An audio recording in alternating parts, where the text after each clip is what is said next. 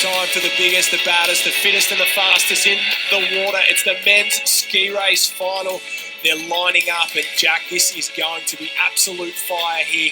There's no holding back, 100% from the start for these men. It's a great field, and you've got to think Tim Burdiak goes in as favourite. He's in the US national kayak team, but he's got a lot of competition from some guys who want to pick up their first surf ski championship. The Australian Ryan Perez is in there as well, Josh. And we've also got Phil Lloyd, a great ski paddler who gets a bit of white line fever when he gets the chance. So look out for him as well. Welcome back, Life-Saving Family. Today with me we have Tim Burdiak. Tim is one of the most accomplished surf ski paddlers we've ever had in the United States. Tim is a 6-time USLA national champion. He is a 3-time surf ski champion. He is also the 2016 world champion in the open men's surf ski. And he also propelled the U.S. men's team to a bronze medal in the Taplin relay. Welcome, Tim. How are you doing today? Thanks, Tom. Doing well. Good to be on the call with you. So one of the things I wanted to just sort of get into before we take a look at the 2017 Open Men's Surf Ski race, which you won, was your progression through the sport. So I think your first nationals was 2011. Is that correct? Yeah, 2011 Cape May. Right. Yep. It's two Cape Mays in a row, right? Yep. 11 and 12. Yes, correct. And the first result that I found for you competing in the surf ski was 2013. Was that the first year that you competed on the surf ski at nationals? No, it's actually kind of funny. 2011 was actually the first time I touched the ski. 2012 in Cape May, I raced, and I think I just made it. I just missed the finals. Okay. And 2013 was the first time I was like kind of doing some ski paddling and actually made it through to the finals. So in 2013, you finished 8th. That was Manhattan Beach. We had a little bit of wind, some small surf. 2014 was pretty much dead flat conditions, and you finished 5th.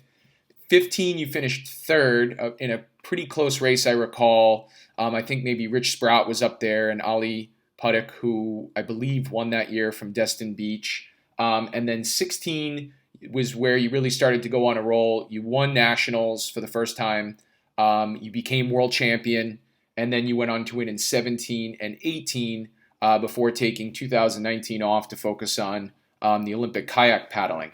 So I guess at what point did you realize, like, this is something I can be really good at? Was it back in 2011, or was it, let's say, in 2013 when you finished 8th? Yeah, definitely not in 2011. 2011, I think I was probably happy to get 8 strokes in. Okay. And, that was just learning in Cape May, and grateful that someone handed me their paddle and was like, yeah, go out there and flop around on this club ski. And I think it's a good question. When did I decide that I wanted to focus more on ski paddling? And I think it kind of happened in 2013, actually. Mm-hmm. 2013, well, obviously, like anyone that's learning, will find out you're going to have a lot of bad races and mishaps. I think I was actually sitting in 3rd that year, and I fell, which I was like in shock. I think I was in shock that I was sitting in 3rd. I think I was like Brian's wash at the buoy, and I fell in. But that was the first year you and I went actually to Japan and raced Sanya Busan, and like seeing the international level and kind of probably realizing my swimming limits had a ceiling on them. So I was like, you know what, I might be better off in the ski because I'm actually doing a lot better in the ski than I am in the iron. I was going to say I wasn't ski paddling just yet, and I remember watching the iron, and I think the swim was first. And I think was it you and Shane were our Ironmen that year at I think it was like a Sanyo ISRC combo, because I remember Shannon Eckstein was there, Max Beatty was there, and I remember watching those guys, and I was like, I got to get into this Ironman, just having the swim first. Not that it's of course it's not always first, but that's pretty funny. It was a stacked field for our first first international event, and I was like, oh crap, okay. I remember it was the first event of the competition too. Yeah, me and Shane were just challenging each other who could get like 10th. Yeah, who's it was a good 11th, field. who's Yeah, I gonna mean get there were 10th. a lot of different countries were there. It was a good field. Yeah, later that year, I did Wayland Shield. I did a little bit of kayaking. Kind of was exposed to Australia my first time in January 2014, December 2014. Okay. And kind of just saw firsthand for the first time how much, one, you can be just a ski paddler. Mm-hmm. At first, kind of the first couple of years starting off here, it wasn't really a thing that many people just ski paddled. But seeing how there was such a big community of it and all the opportunities that you could have with ski paddling, I think that was the first time I hopped on a kayak too. They just sent me out there, and I think I ran into someone, but it's all good. So at that time, when did you start to have some either informal or formal coaching when it came to surf ski paddling and kayak paddling? Surf ski paddling, I obviously was lifeguarding here, so I had Brian Murphy, Tyler Morgan, Mike Murphy. They're all, pretty regular finalists when they're at nationals. So probably 2011, right when I first started, I had those guys kind of, telling me, oh yeah, don't do that with your paddle, and wear this, and yeah, learn this. So my first informal coaching was really right off the bat. Probably a couple months in, I had people kind of mentoring me, just because they were, kind of like what you were talking about. You have a group out there with some guys that are really interested in getting going, and it's kind of not addictive. What is it? Like it's people want to help when they see people trying. Exactly. Yep. It's like it gets people excited when they see people going out there. And if I could go back, I would do it totally different. I was trying to learn off the beach in the winter, in 4-foot surf, just getting hammered, and go find yourself some flat water, and it'll be a lot easier. But definitely, that's how I learned. So it was mostly just getting beat up for a while until I was able to do it. All right, cool. So what led to sort of that progression from 8th, 5th, 3rd, then to 1st? Like, I guess, when did you realize I'm good enough to win? I think I'd probably say 2014. Okay. Was the first time that I was like, hey, I might be in this race. Mm-hmm. I think I was fighting Rich in a couple local races that year. I think I wish they had more video of this stuff. I'm shocked you had 2017 actually, but that year I think I was sitting on the lead pack, and I snagged my paddle on Ollie's rudder really hard. I actually put a big chip into my paddle. Oh boy. and I almost fell in that time too, and I was like, oh my god, not again. But I put that paddle, I still have it. It has a big just gash out the top of the lip, and so I finished 5th that year, and was definitely bummed. And then the next year, that was Ollie and another Australian guy from New South Wales, I think, racing out of Florida, and the three of us kind of just all came in at the same time across the line. So I remember that. 2014 was like, hey, I might be able to. 2015, I was like, I feel like I should be able to get this. Yep. And I just got teased for a couple more years. Yep. And then 2016 with the breakout. Now in 2017, which we're going to see in a moment, you won by a nice margin. I don't recall the 2016 race. What I do recall about 2016 is that on the last day, the conditions began to get rather choppy. I remember for the Taplin relay, the wind really kicked up. For the men's ski race, did the wind kick up for that race as well? And sort of how did that race unfold? It was pretty good wind. It's kind of a typical. That was here in Hermosa. Yep, it was Hermosa. And a pretty typical summer afternoon here. The finals are usually an afternoon, but you get up to 12 to 15 miles per hour wind, a little bit of swell, and that one I think was kind of like a 2017 actually, but it was a totally different race because it was more of a race out. Okay. And then once you got out, it was. I think the way back was like a run linked to another, and then it was done. Right. That one might have actually been even more spread than 2017. Now that you mention it, I've seen you win at local surf carnivals like South Bay does, and I've seen you win some of these races by seemingly like a minute. Once you pick up that runner, it could be a 50, 60, 70, 80 yard gap. So it all sort of merges it's together. luck of who sees it first sometimes. Right, and right. It's much less than something like swimming where you're only going to catch that wave at the surf line unless it's some huge break. But, right. At the end of the day, it's that wave has to be breaking. You're not going to catch a little ripple. So before we take a look at the video for the race, at the start of a race, what are you focused on the most? Probably just relaxing, making sure I'm warmed up and getting a clean start in, like what that's going to take. There's been a lot of different races over the years with terrible starts or one of the things people like to always talk crap about here is a terrible starter. But I mean, if you're still doing that, then you should just start practicing terrible starts. Yep. That's how it goes. But yeah, really just trying to get a good clean start, not put too much pressure on myself, but make sure I'm warmed up and kind of aware of what's happening. And I mean, usually you can watch a couple of races beforehand and see what's, is there some weird, bank or, whatever it is. If you have to do Le Mans, then you're kind of messed up. But yeah, just really trying to make it more like a training session and less like a race. Mm-hmm. Mm-hmm. I found that to be helpful as well. In more recent years, I just, instead of focusing on like, I need to be in this place at this point in the race, just focus on executing this specific task. So let me focus on getting, my feet in the boat cleanly, getting that first stroke in or whatever. And then that place that I'd hope to be in at that stage, at a particular stage in the race will just happen. So rather than focusing on, I need to be in, X place at this point, just execute, and then the rest will sort of fall into place.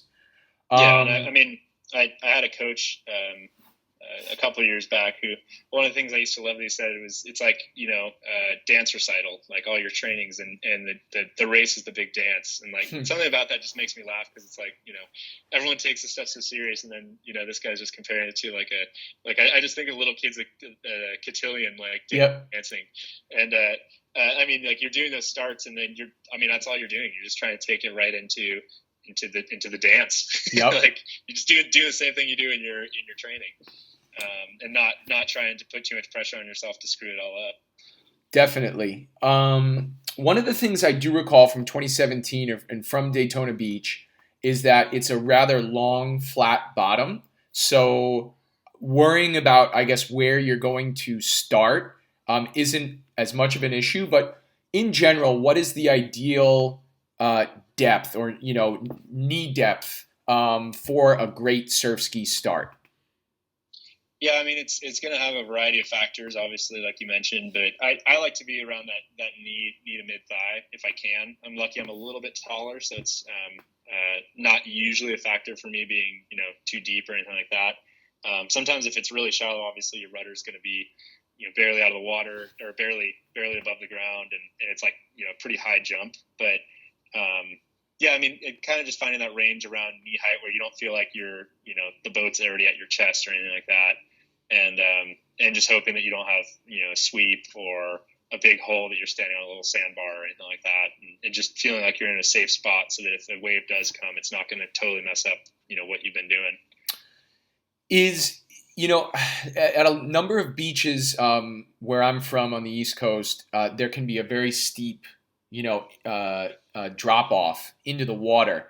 And, depending on the tide, that, like you said, the tail or the rudder will be like basically sitting in the sand and you're standing in, almost waist deep water. How do you sort of manage a good start in conditions like that? Yeah, I mean, obviously there's a million different things you could get hit with. And really, I think it's just kind of having the patience to wait if you have to. Like, obviously, if a starter calls a start and the wave's breaking on you, usually you're going to be better off waiting for the wave to go by and then jumping on, rather than jumping on and falling off and then flopping around for, 15, 20 seconds and then getting back on. If it's really deep water, that's usually one of the things we see more of, especially out here. And as far as I've always been told, you don't actually have to start on the line. They're going to tell Okay. people to back up, but you can just back up and start a little bit behind everyone. But if you're going to be starting in water that's like, chest deep and your boat's at your neck height, you're not going to make that jump. Right. So you're better off starting a little bit behind and just getting in and then figuring out navigating the race, rather than just like trying to do some crazy start and freaking yourself out and causing yourself more strain at the start of the race. So obviously you can't be in front of the line, but I've always learned you can be behind the line. Some things that they don't really do in the States with raising hands and things like that, but things that can always be like relayed to the referees or the starters, and there's really that's the safest way is just be patient and yeah, I've never had to back up. I've definitely got caught creeping, but back up. Yeah, that's a good point. All right, great. So let's go ahead and take a look at the video.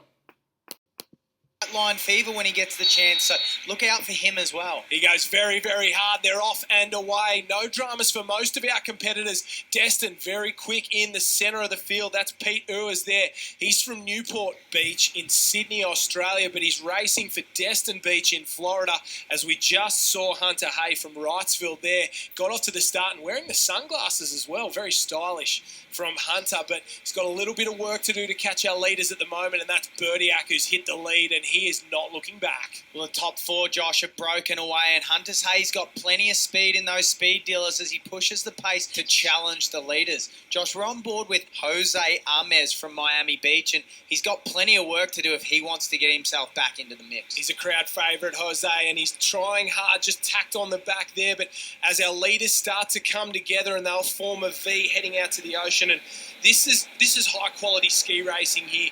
Burdiak finished with a silver in 2016 at the World Championships in the teams event. We're on with Hunter Hay there. He's in the top four as well. And Ryan Peroz, he's represented both Australia and the US in the last 12 months. So the Australian youth team and now the US Open team, because he's made his way over there. And well, he's going to be one to watch for the future for the US team. He can really mix it. So I'm going to pause it right here, Tim, and we'll just keep talking for a sec. So you got a great start off the beach. At this point, you've hit the far can, that red far can. I guess it's the first of 3 turning cans. You've got Peroz just about on your wash. It looks like Hunter on his wash. And then I'm not quite sure who's in fourth. I believe Nate Humbertson is in fifth, just a bit off the pack. Might be Phil. Maybe? Oh, right. Yeah, Phil Lloyd. So Phil Lloyd in fourth. That's right. So you got a terrific start. Looked like you started off on the left. You had Hunter off on the right. So at this point in the race, you found yourself in first. You got to the first can first. What's your thought process as you've hit the first can now? Yeah, I mean, obviously in different conditions, the race plan is going to be pretty different.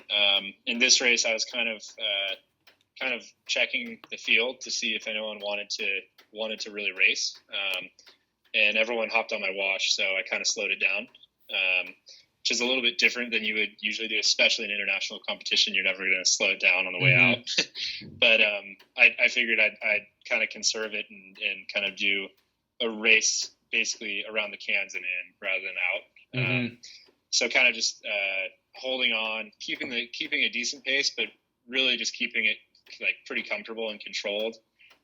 Right as we get coming up to that first can, that's when really I decided to start the race. And that's not really something you're going to do usually, but depending on, if everyone's going to sit on your wash, then you don't want to just give a free ride either. So it's pretty hard to wash ride around turns and around cans. So it's kind of like using a natural barrier. It's the slowest part of the race for everyone because you're using your rudder, which is just going to slow everything down. Right. And so it's kind of like it's a good time to drop people because it's just difficult. Someone's going to get caught on the inside. Someone's going to be paddling longer. And, giving yourself a safe shot is, the safest bet. So, you know what, this just came, just a thought. You obviously had the inside, and it looked like Ryan was on on your outside side wash, and then you had Hunter, who was on his outside side wash, and then Phil on his outside side wash. What if one of those guys was on your inside side wash? How do you deal with that as you approach that first turning can? If somebody's on your inside side wash, how do you manage that? Yeah, and I know it's kind of obviously different when you're in a big field with high traffic, or if you're kind of up front. But I mean, I try to avoid that conflict. If you try to pinch someone out, there's a good chance. And it's happened to me in unlimited racing or distance racing too. If that person really wants to screw with you, they're just going to stick their nose right where your paddle is and really mess the race up for both of you. Mm-hmm. So the best bet is just to give yourself room. And then if you're the guy that's on the inside, let it be known that you're there. Okay. So obviously sometimes you're gonna have to slow down a little, but if they are giving a little bit of room, you can call out room or just call out you're there.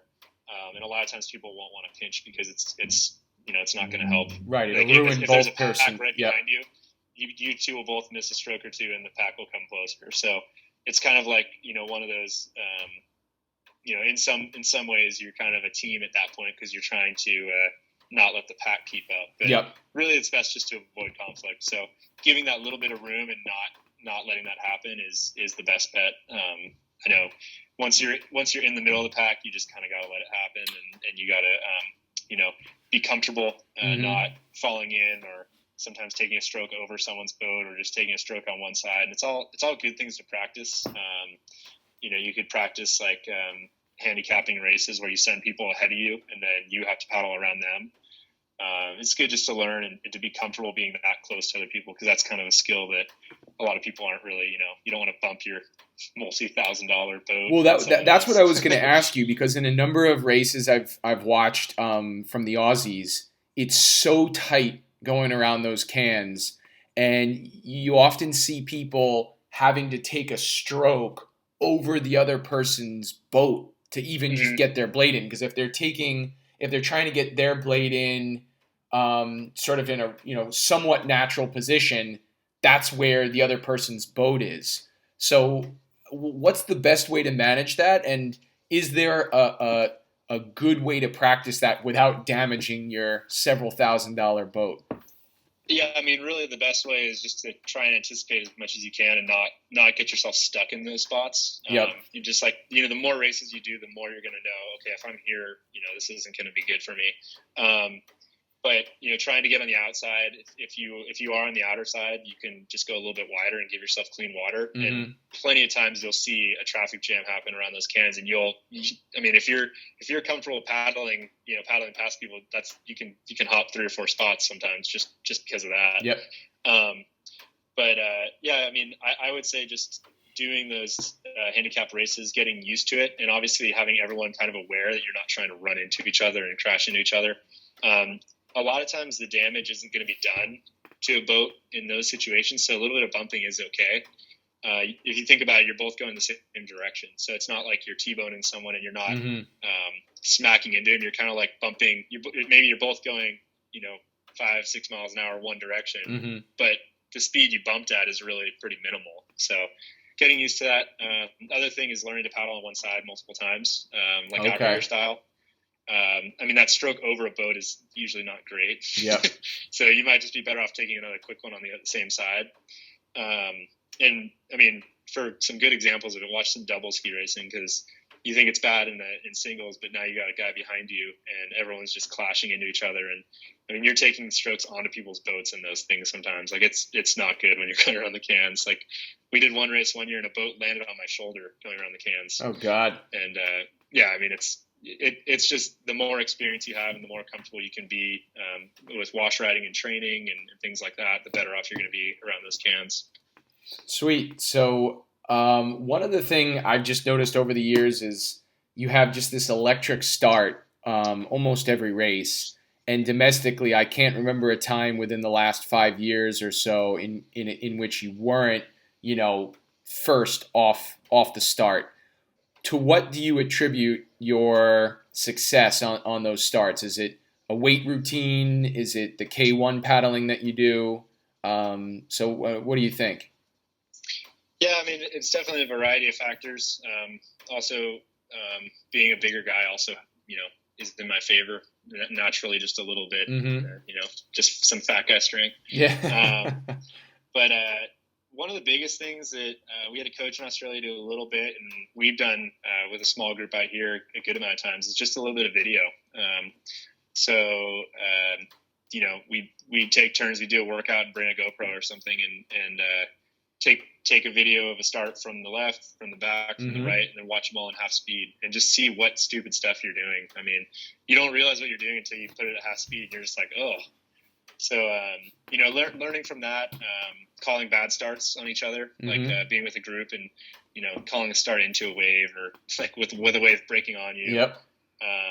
And then obviously, the flat water sprint training, weights, that's all, definitely beneficial in terms of getting that good first stroke, having a few people look at, watch you start and give you some tips on where your paddle's going. But, yeah, I mean, I'd say it's a variety, but video, once you are comfortable with paddling video and just trying to, not make a big deal of it, but just a little bit here and there, really was one thing that helped because you just see, what you're doing and what you're not. Now, one other thing that I'd like to touch on with the starts is you have, beautiful technique, and just technique in general is something that I've worked very hard at. And I remember in 2015, another international trip we went on together. I was rooming with you and Rich, and you were like, "Let me see." Is that when you started drinking coffee? Yeah, exactly. Yeah, right. When I started drinking coffee. So for those of you who don't know, I'm not a coffee drinker. So Tim's just being a little sarcastic there. But yes, that was when I started drinking coffee. But I remember you said, "Let me see how you would start off, or let me see your stroke off the start." And I had my bottom arm nice and straight. I had the top arm high, and that's the way that I thought, this is good technique or whatever. So I guess now when I think about a good start, I'm thinking about grip it and rip it. Is that what most people should be thinking about, those first however many starts or strokes rather?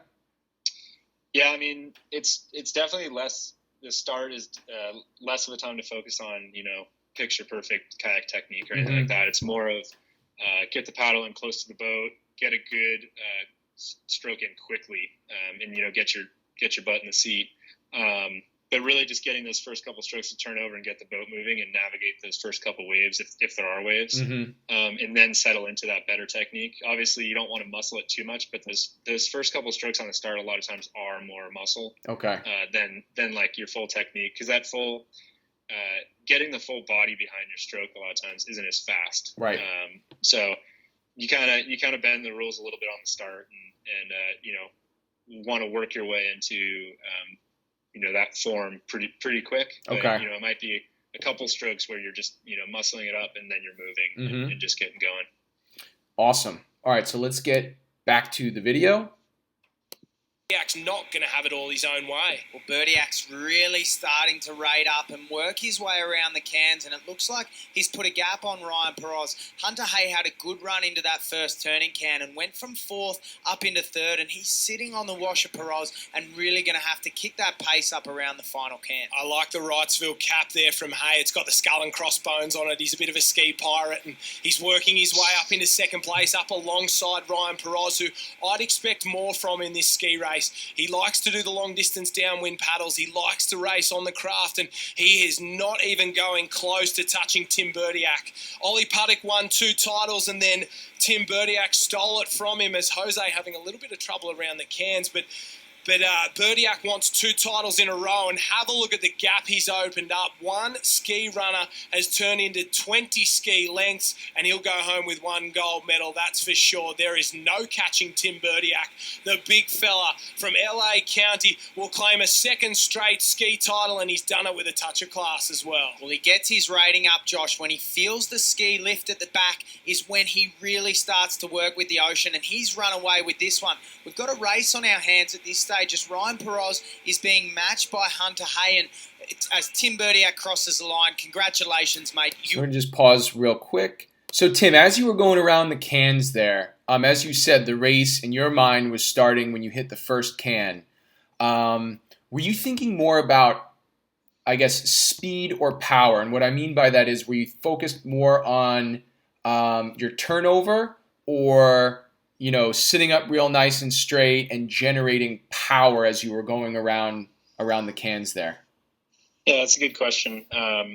I think really what you want to be thinking about is overall just what's going to make the boat run. Okay. So doing those change of pace, which is a great thing for people to practice in workouts. It's going to happen every time you come out around the buoy turn or whatever you're doing. But trying to put a little bit of power down and then start tapping along with it to keep up with your boat speed, and not just be muscling strokes, but putting in a little bit of a start again, basically. Mm-hmm. And it's something in kayaking that it's much more evident, because a lot of times they're saying, oh, you're going to do a start at the 500 or another one at the 250, and you're literally just trying to start your boat up again at that point.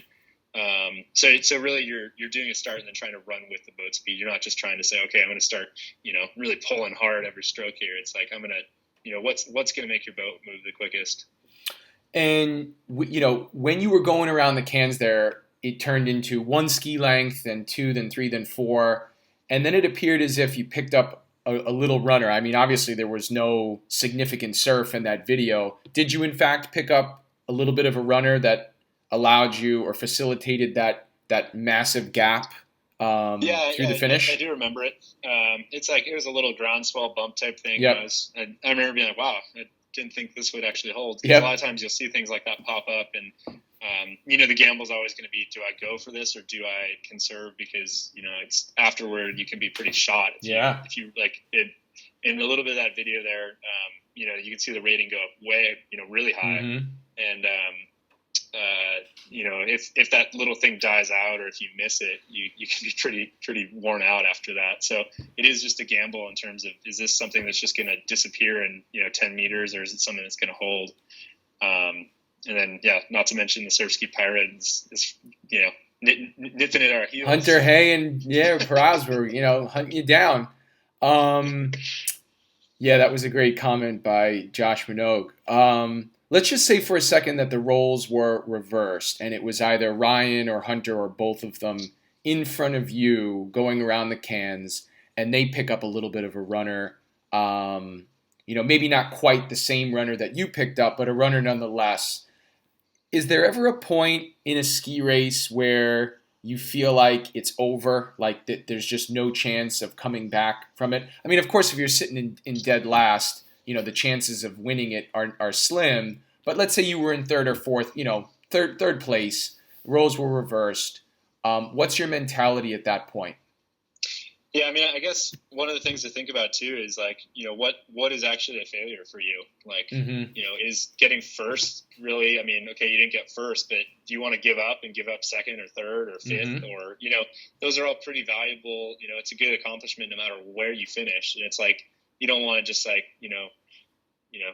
be that much of a drama queen that you're going to freak out and stop. Mm-hmm. And you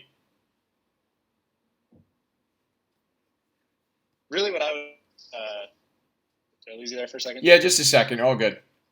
Okay. I mean, I wouldn't give up. Like I mentioned before, like it can be super draining to catch those little runs. Obviously, that one worked out in my favor, but Mm-hmm. there's been plenty of times that they haven't. If you're 3 boat lengths behind, there might be another one that comes that is going to be, have your name on it. Or, one thing I always think about in situations like that is, what is going to be your line? Because sometimes it's not good. If you're chasing someone, you don't really want to follow their boat exactly, because you're going to get the same waves as them. Right. So, you might want to point a little further, north or south up the beach and say, Mm-hmm. hopefully I'm going to go over some different terrain or some, whatever else comes that maybe will turn into a wave and they're going to be in a dead spot. So I definitely wouldn't ever give up. One, any finish is a good finish. Mm-hmm. And 2, plenty of things could still happen. Like in plenty of these East Coast races, we've seen that one set come through out of nowhere and we're like, that's the biggest wave we've seen all day. And there's one. That's happened. I definitely wouldn't ever say, give up, but, just trying to keep your head clear of, okay, maybe I'm not going to get that person, or, I'm going to try, a different approach and stop looking. Right, and right. And just put my head focus down and on go my this direction. race, put the blinders on, and execute. Yeah, that's a great point.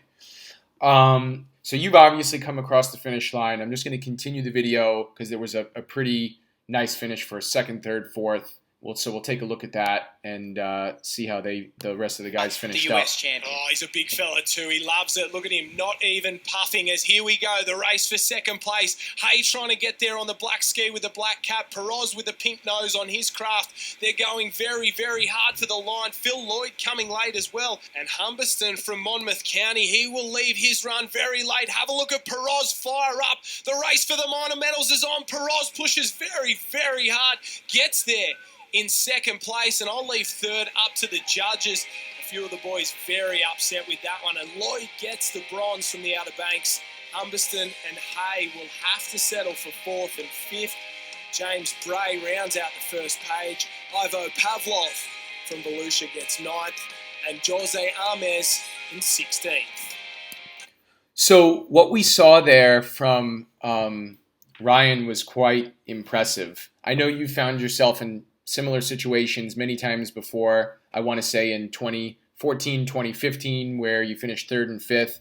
What did Ryan do better than Hunter, Phil, and Nate down the finish to secure second place? Yeah, sorry, I didn't have it up in front of me at that point. No worries. So I did see it a little okay. While ago. But yeah, I mean the finish is it can be pretty difficult because it's that water is actually kind of sucking against you a lot of times. I don't know if it's that clear in that video, but a lot of times when everyone's coming in on that little wave, it's just picking the right time. And like, are you going to go early and try and just, do those, 10 or 20 power strokes and try to hold it? Or are you going to wait to the last minute and take the shot, do the power strokes, pick up the rating and go for it? And a lot of it has to do with, you look at any wave breaking on the beach and, it's always a little bit, well, not always, but, one side's a little ahead of another, or so it's a lot of just what place you ended up to. Yeah, and I've been edged out plenty just because, you pull the trigger too early or pull it too late. But yeah, he definitely just picked up that rating, put the power down, picked it up, and ran with it, and got himself. You could tell he wanted it.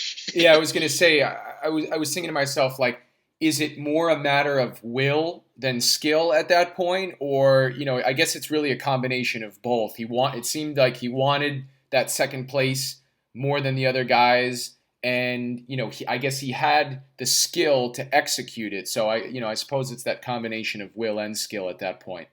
Yeah, I'd also add a little bit of, how you're trained. So if someone has been doing a lot of, even downwind paddling, but something that's a little bit more of lactate or threshold training, you're going to be a lot more comfortable because you're already kind of, you're kind of lactated out at that point. You're going to be pretty tight. And how can you even grip your paddle and can you go with it? Or are you like pretty much shot? So how did you train? Are you lucky that you're in the right spot there? And then just when you're pulling the trigger versus when the other guy's pulling the trigger. So a couple variables there that, you're never going to get it perfect every time. And just to build off that, you're never going to get it perfect every time. Even with all of your experience at this stage, and I certainly have found this with ski paddling, every time you get in the boat, do you feel like there is something that you can still do better, even after almost 10 years of trying to perfect this? Yeah, no, I mean, and it just has to do with what's working with different coaches and just trying to find that right feel. I mean, there's always something that you're going to be working on to try to tweak. One of the biggest values of living somewhere where they do host a good amount of races is you're going to learn something in every race. You're going to have a bad start. You're going to get called. You're going to have someone someone whose boat's too close to yours and hit smash your paddle right on someone at the start. And just putting in that effort, even if it isn't a competitive race, you always learn something by just going out there and doing it. And it's just another notch of experience that you get, good or bad, but you can learn something every time.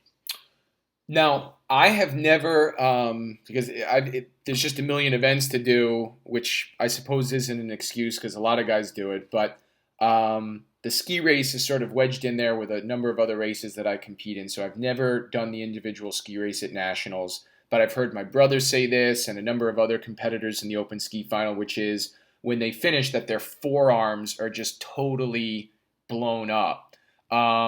Is that a result of something that they're doing incorrectly, or that's something that they did correctly, in the race? It meant that they gave it all their effort. My initial thought is that maybe they're not driving with their legs as much and that they did too much, upper body. What do you think about that? Yeah, I mean, people will be tight after races. Obviously, you're going to be, locking up. The goal is to keep that grip loose, to be, paddling with more of your straight arm, torso, hip drive. And a lot of that is from gripping the paddle really tight and muscling the beginning of the stroke and not getting the body weight behind it. So, like, obviously that, that little forearm muscle is going to tire out a lot quicker than all your torso weight or your hip and your legs. Like, I mean, those muscles are all so much bigger. So learning to chase runs and do those little sprints with less, wear and tear on your forearms. Also just building up your forearms a little bit by paddling, because it does, I mean, obviously it links the paddle to the water, but you don't want it to turn into a key part of your paddling. You want it to be just something that's linking to bigger muscles that is going to move you forward. Awesome, Tim. And just one last thing before we wrap up. I just want like sort of the younger kids to know that they can get good, they can be great, but I sort of want them to know what it takes to be great. And I don't always know that they know or appreciate the level of commitment. So could you just touch on what a typical training week is like for you? Maybe not K1, but when you were doing surf ski racing, or a combination of the two. Like, how many sessions? What about the total volume and all that stuff? Yeah, I mean, it obviously varies through the year, but not training for iron is really one of the things that, will kind of skew those numbers from what you guys are used to comparing it to. Because I wasn't doing, when in ski paddling, I'm not really training a whole lot of swimming. Maybe messing around on a board here and there if I want to do some racing. But I'd probably say you're doing, taking a rest day. You got 6 days there, and you're probably doing a couple doubles on top of that. So you're probably doing somewhere up 9 or 10 paddles a week. Okay. And those could vary. Like, if you're doing starts, you're only going to get like 5, 6K, 4 to 6K. And if you're doing sprints, you'll be up at, 8 to 10. If you're doing some, chasing runs, might be 12, but nothing super, super long. A lot of the winter stuff is longer, 20K paddles. Okay. Yeah, trying just to get really, really comfortable in the boat.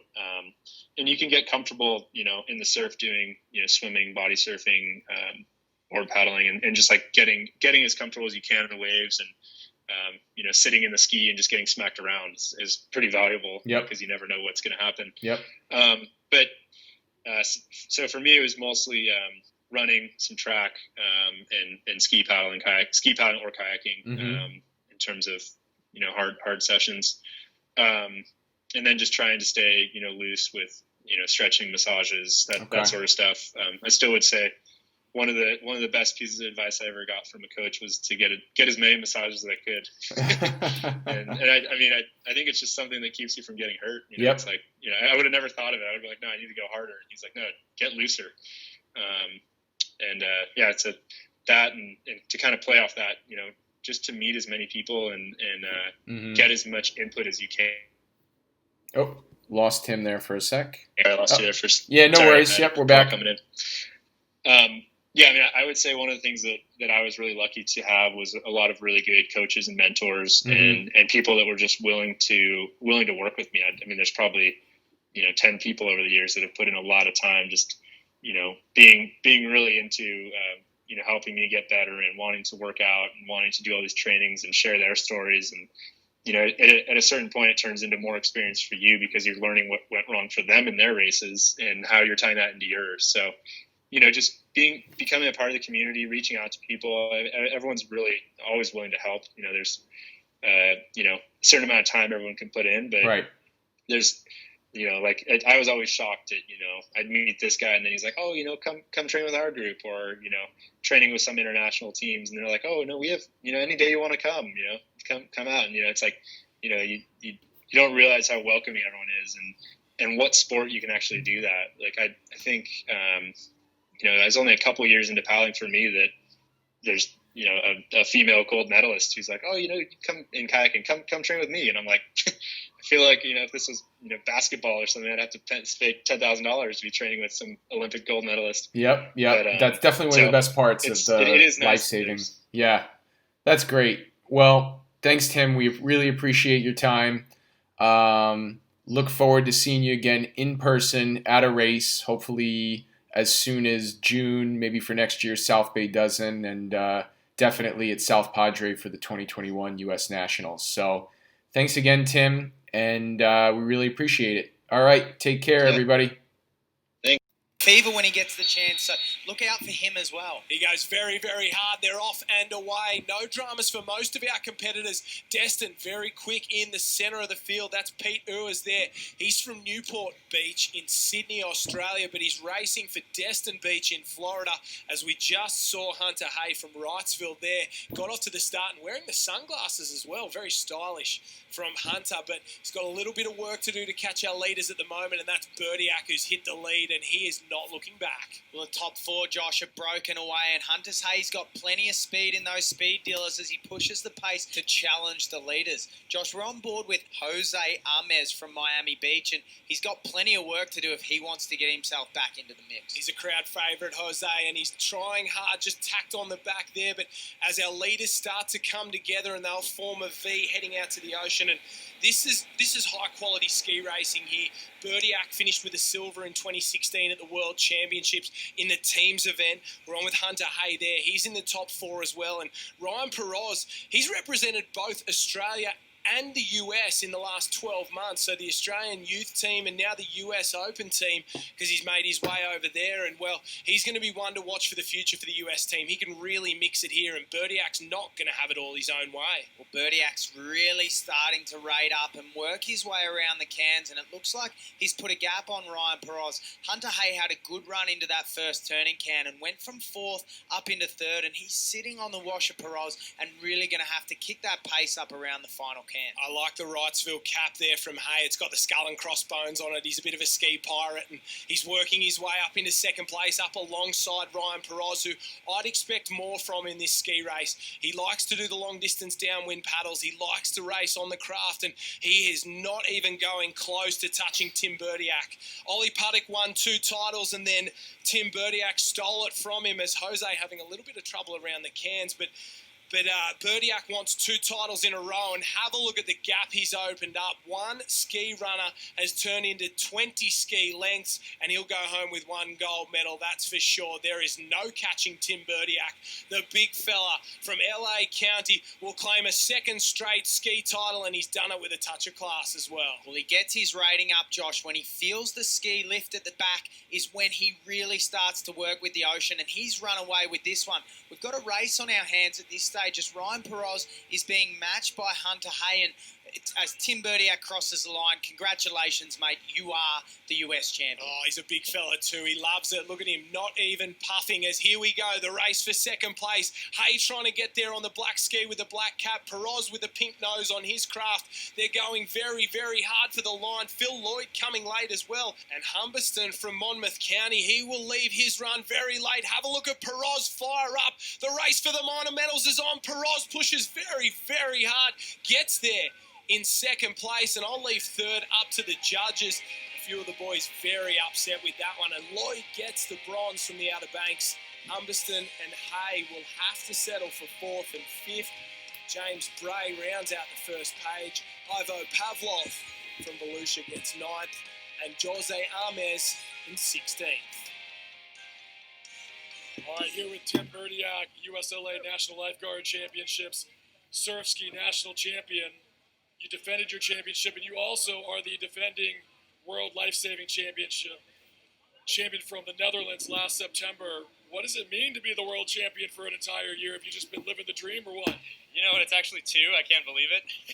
I know there's probably a handful of people that are out there ready to take it away from me, and I'm going to put up a really good battle.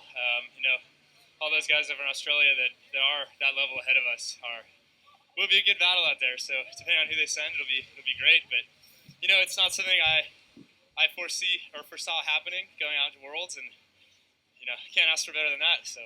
Well, you certainly extended your dominance here in the U.S. We were expecting Ryan Perot, who's an up-and-coming newcomer, had a great results over in Sanyo Basan. What do you see with this U.S. team as they come along? The junior team since 2014 has really made a good foundation. You got Ben Brewer, Hayden Hemmons, Ryan, a handful of the young girls, Cal State girls. They're all just stepping up, and I think we're really going to start to make a name for ourselves out there, which is, the best we can ask for. Well, he's already